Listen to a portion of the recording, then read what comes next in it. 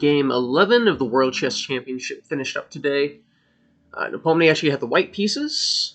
He started with e4. I'm a little bit surprised that Nepomniachtchi went back to e4. He's essentially in a do-or-die situation at this point.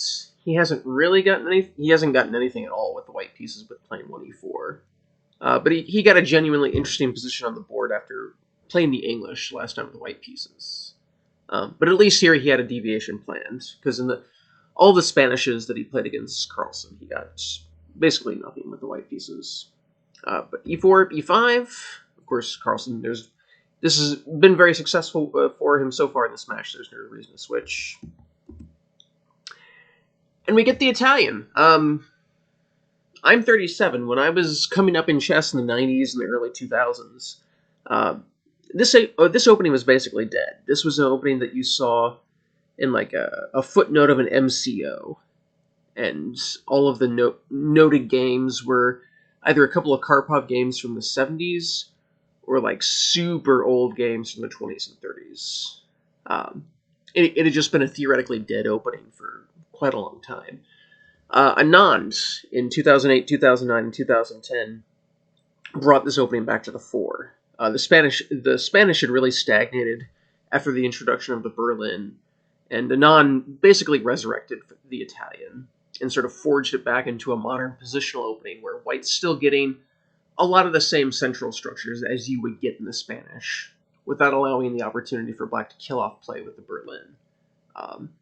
I don't think Anand gets nearly enough credit for his influence on modern theory. He was one of the best players of all time.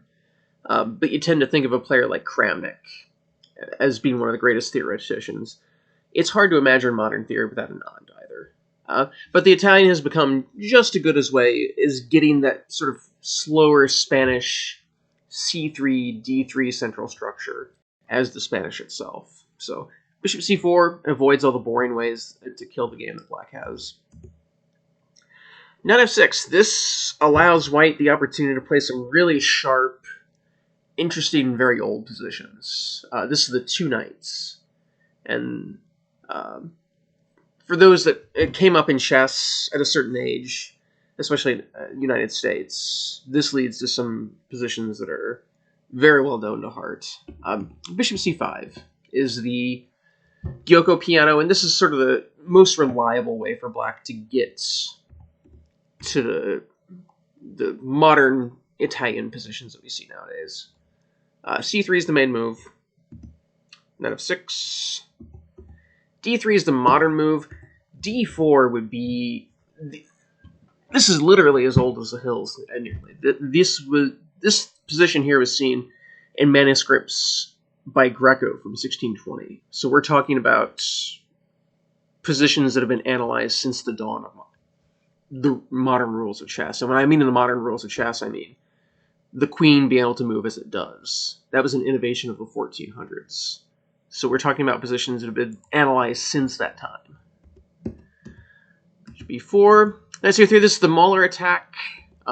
Bishop d2 is objectively the best, but white gets nothing here. Knight c3. It's objectively not great, but it's interesting. Bishop c3. And then the key move that sort of resurrected this theoretically, I think it was the 1920s. And there's a lot more theory to come from here. You wouldn't see this on the board in a World Championship match just because the state of play is very well known, and there haven't been any theoretical innovations in literal decades. But d3 is the most reliable move for white.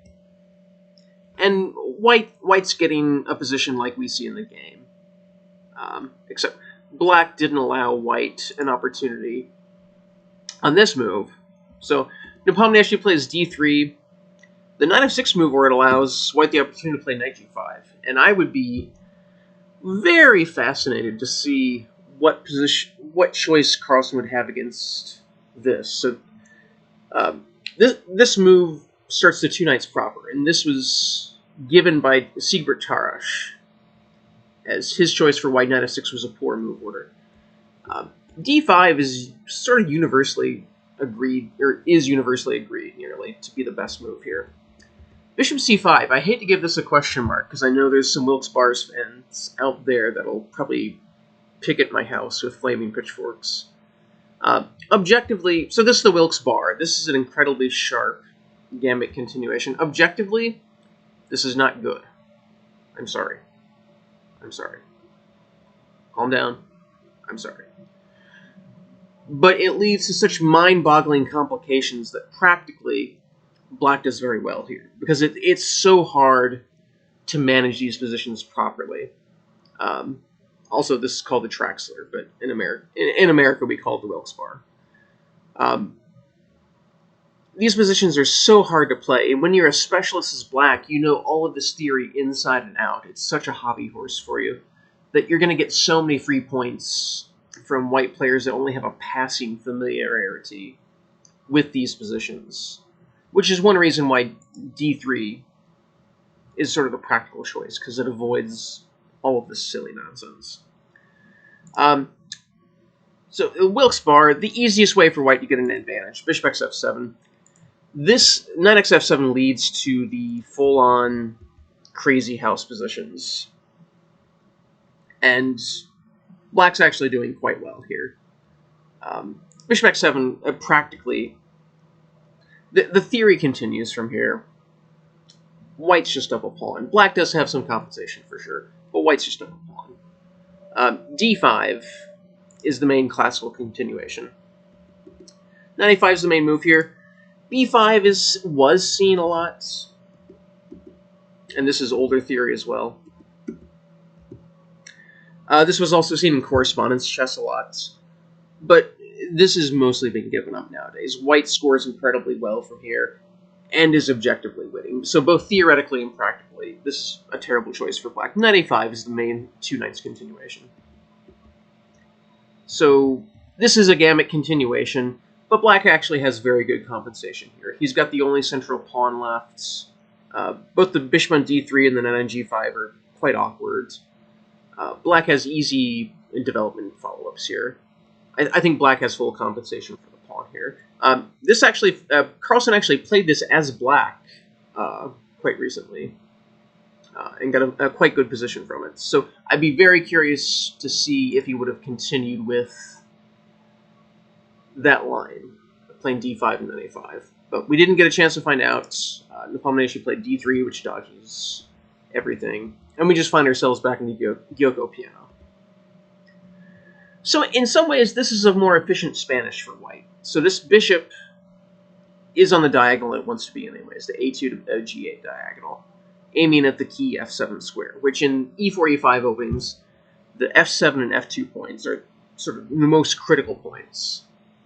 But the whole strength of moving the bishop to b5 in the Spanish is that it prevents Black from really developing that dark squared bishop quite often. It encourages that bishop to stay on a more passive square in e7. So by bringing the bishop to c4 so immediately, Black was able to do so as well. So there is a series of trade-offs for everything in chess. That said, I think it's also balanced just like the Spanish. I think this is just another position that White can play effectively. Carlsen played a5. Very interesting, and this is sort of a controversial choice. Sort of the main position here. Black plays a6, and you can say that it sort of avoids creating a target on a5 with that pawn, and it also keeps control over the b5 square, which prevents White from using that as an outpost. But you can also say that in some positions, a5 prevents White from playing b4 and gaining space on the queen side. So it's another series of trade-offs, just like everything in chess. On average, I would say this is still balanced, and it's just another way of playing. On bishop a7, you often see the safety move, just dropping the bishop back out of harm's way. Castles is another way of doing this. And this is more popular and it's more seen, but I think Carlsen's understanding this to be trusted. There's just so much flexibility to these positions, and there's so many different move orders that it's impossible to list them all. And I think there's so many move orders that stay within the drawing margin and have basically the same plans behind them. Knight a3. This would be the first major deviation, I think. This commits the knight to a certain track, which fundamentally changes the position. Typical track... First I play h3. Castle. Knight bd2. This would be the typical track for this knight. And then it just goes on the usual Spanish track of knight f1, potentially g3, potentially e3. Or here, supporting bishop moving to e3 to nullify this dark squared bishop, which is quite strong. Knight a3, the knight can sometimes hop to b5 to take advantage of that a5 move. That's a quasi outpost now on b5. Or it can sometimes hop to c2, where again, it can hop to e3, similar to that other Spanish knight route, or it can support bishop e3 to nullify that strong dark squared bishop. I think knight a3 is still fine. It's just a fundamentally different course. I think maybe knight bd2 keeps a little bit more tension in the position. Maybe that's a more tense route for the knight to take. But there's nothing fundamentally wrong with knight a3. We're still in a normal position here. Knight c2. Maybe knight b5 is a little bit more accurate. It's more forcey and immediately gains a tempo. So black can't give it the bishop here in this position, so he moves the bishop again. And then d4. I think white's accomplished a little bit of something here. This knight's in a fairly strong outpost on b5. We've achieved our d4 push. We've nullified that strong dark square bishop. I think this is maybe a little bit of something for white. It's nothing cataclysmic at all. I think this is certainly still well within the drawing margin for black. But knight c2, completely normal move. It's on the track created by knight a3. And now we can nullify that dark square bishop with bishop e3, or hop that knight to e3. Castles, white chooses the bishop e3 route. Rook e8, bishop e6 is a fundamentally different way of playing this. So, and you often see this in the Gyoko piano. Black offers to nullify that strong light square bishop at the cost of double pawns. I often say to my students, there's good double pawns and there's bad double pawns. Double pawns often carry the opprobrium of always being bad and always being a weakness, but in certain positions they're an act of strength.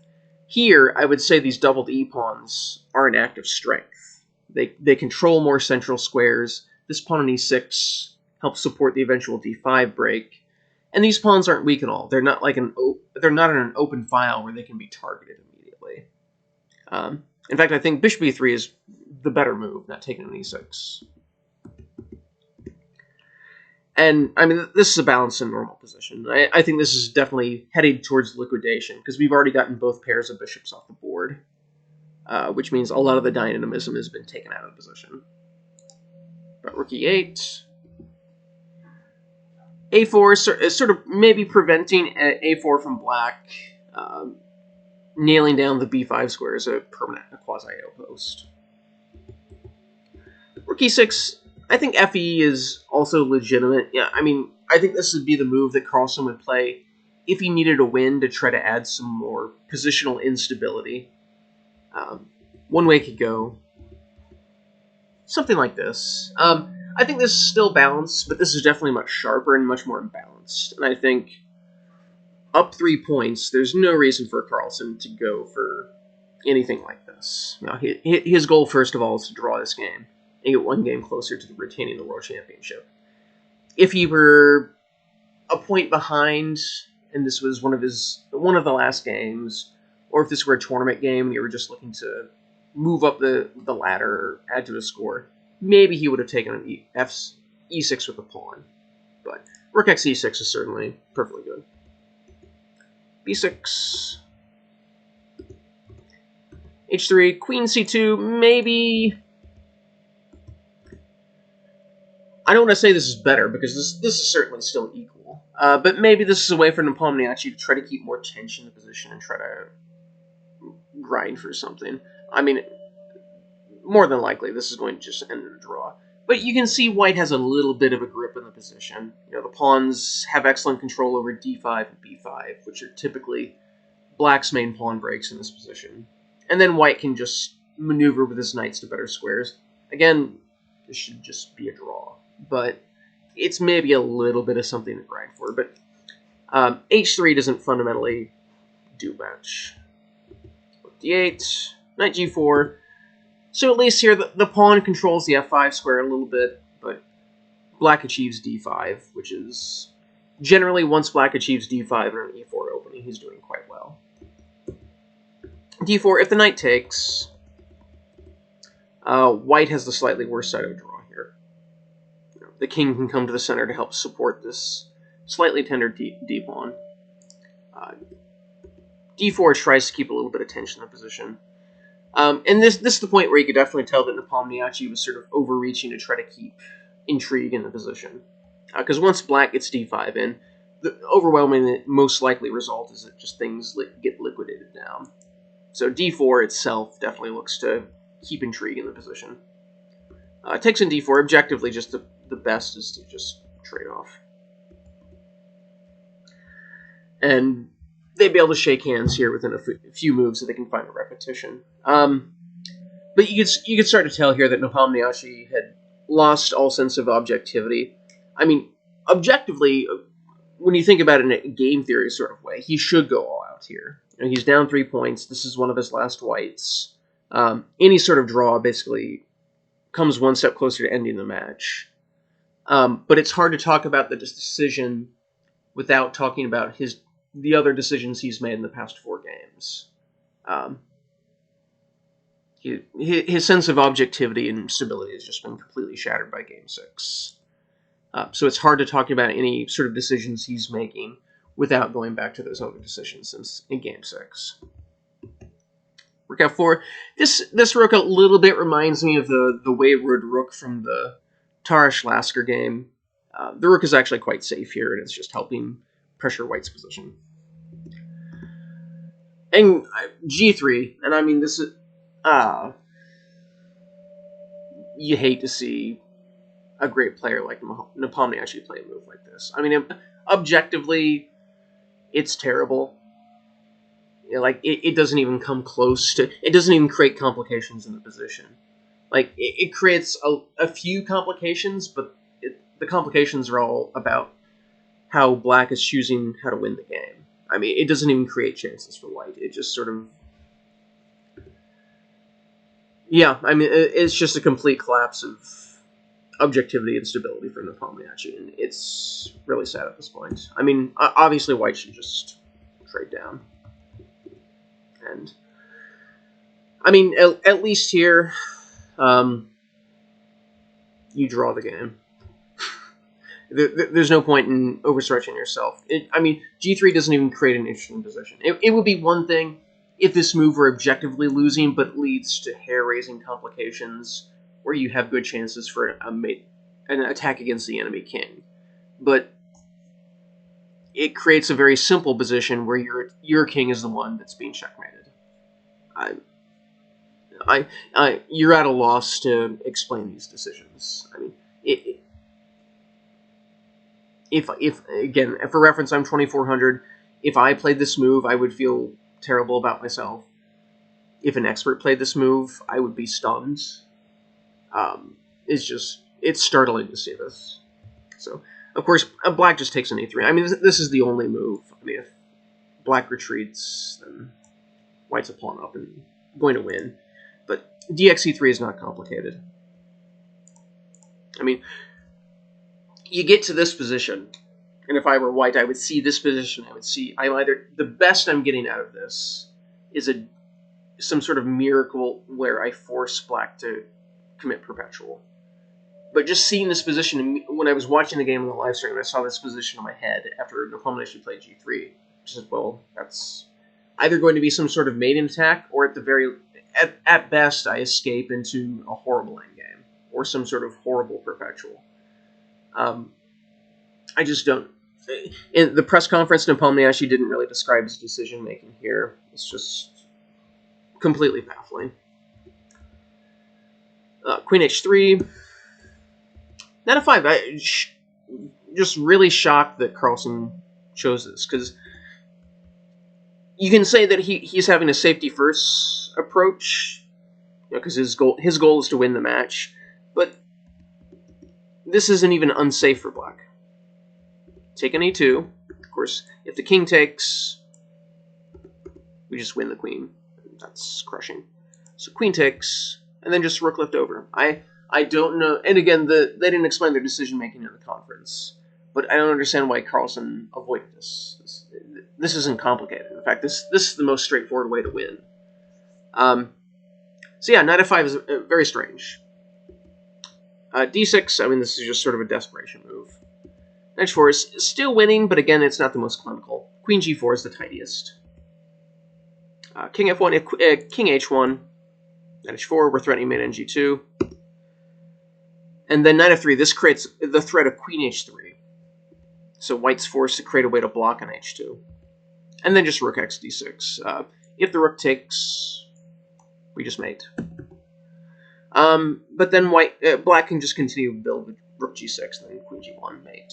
And, I mean, this is just completely gone again. So if king f1, and just the slow move cx d6, and white's just dead. I mean, black's not even down a material here. This is just a free cataclysmic attack for nothing. If the pawn takes, king g1, if the queen blocks, that's one thematic mating pattern from this position.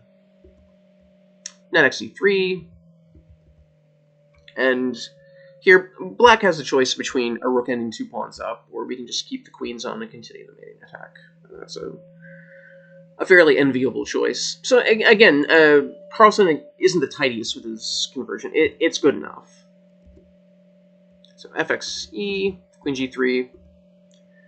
cxd6 is another way of converting, but queen g3 is good enough. Knight f3. White's forced to get the queens off. We're threatening queen g1 and then queen g2. Queen f2. And this is a forced sequence after black's choice here. And this is still a completely one rook ending for black. It's not what black's position deserved, because when we go back to this position here, I mean, after this, we should be shaking hands within a couple moves. So it's startling that we got to this ending. But this ending's completely one for black.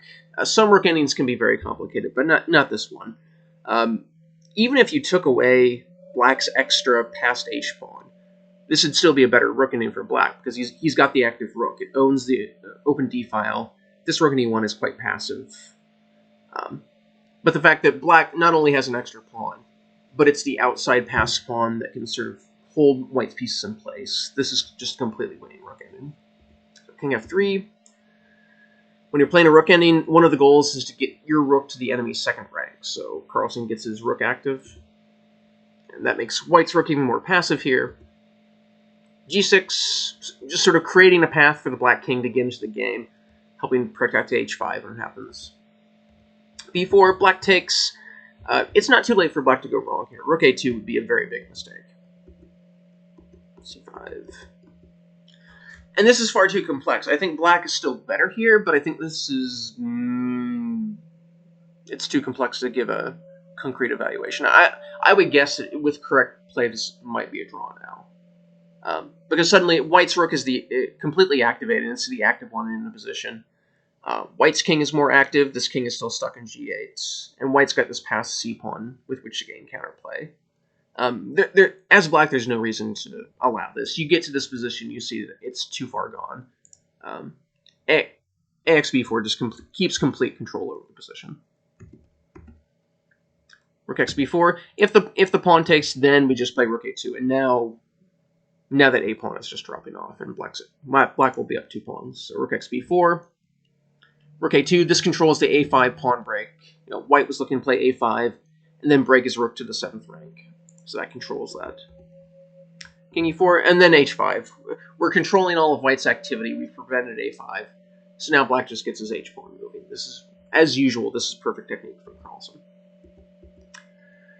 Rook c2, I was a little bit surprised that Carlsen... You can say that he's going safety first again, but h4 was very direct. And then f6, and then g5, and then these black pawns are outrunning any of white's pawns.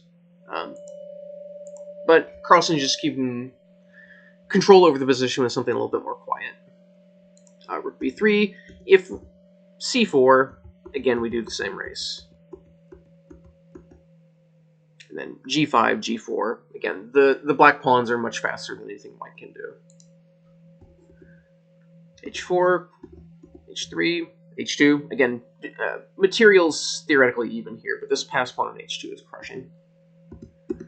Rook x c3, f6 is still nice, but here Carlsen saw a direct way to win the game, so it's completely appropriate here. King x b6, king b7 avoids the tactic that we see in the game, but rook x c3, I mean, black's up 2 pawns here. The game is over.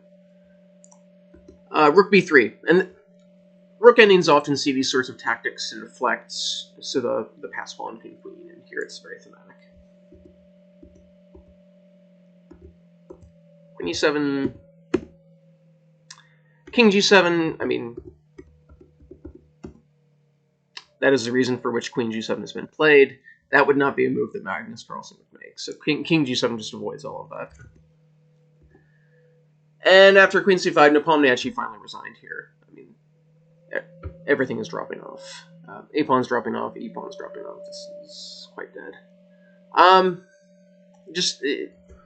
There are some endings to World Championship matches that leave a lot of excitement. Like when I was a kid, seeing Kasparov break through Short's resistance repeatedly and reassert his dominance as the best player in the world. After he broke away from FIDE was very exciting.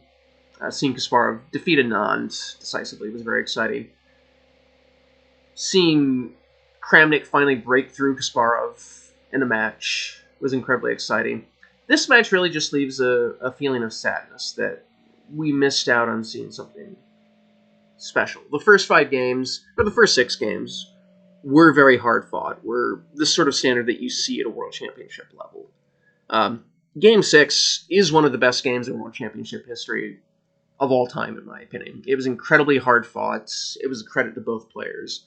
It's a credit to how Nepomniachtchi has grown as a player, that he could fight nearly toe-to-toe against Magnus Carlsen in that sort of game. But after Game 6, you can just tell that Nepomniachtchi's sense of objectivity was completely destroyed, and he was making errors that not even that Nepomniachtchi would never make, not even that a GM would never make, but any sort of strong player would be hard-pressed to make. There's just this feeling of sadness and loss going over this match, is that we missed out on seeing something truly world-class. I genuinely hope that Jan Nepomniachtchi recovers from this. I hope he takes a nice long vacation, and I hope he can strengthen himself from this experience. We've all had that experience in life where we failed or came up short somehow, and it's how we respond to that really defines us as a person. So hopefully Nepomniachtchi draws the right lessons and is able to improve himself, because chess, I don't think his loss to Carlsen was a matter of chess strength. I think Game 6 was an objective measure of chess strength, but after that, everything was a measure of psychological strength. And that's one of the ways in which Carlsen does excel. His sense of stability and objectivity is quite excellent. So the World Championship match is over. Tomorrow I'm going to have sort of a general review of the match, and we'll sort of go over a couple of the key moments from the match and sort of my general take on everything. So I'll see you tomorrow.